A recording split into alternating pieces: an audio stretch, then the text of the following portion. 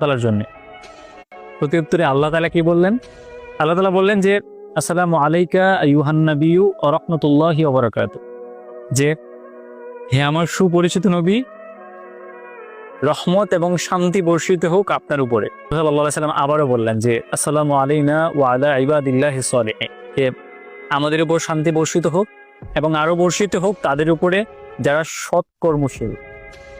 আল্লাহ তাআলা এবং রাসূলুল্লাহ সাল্লাল্লাহু আলাইহি ওয়াসাল্লামের সেই কথোপকথন শুনে ফেরেশতারা সমুচ্চরে বলে উঠল, আশহাদু আল্লা ইলাহা ইল্লাল্লাহু ওয়া আশহাদু আন্না মুহাম্মাদান আবদুহু ওয়া রাসূলুহু, যে আমরা সাক্ষ্য দিচ্ছি আল্লাহ তাআলা ছাড়া আর কোনো মাবুদ নেই, রাসূলুল্লাহ সাল্লাল্লাহু আলাইহি ওয়াসাল্লাম আল্লাহ তাআলার বান্দা এবং রাসূল।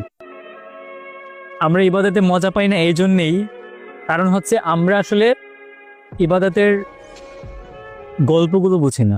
সূরাতে আল্লাহ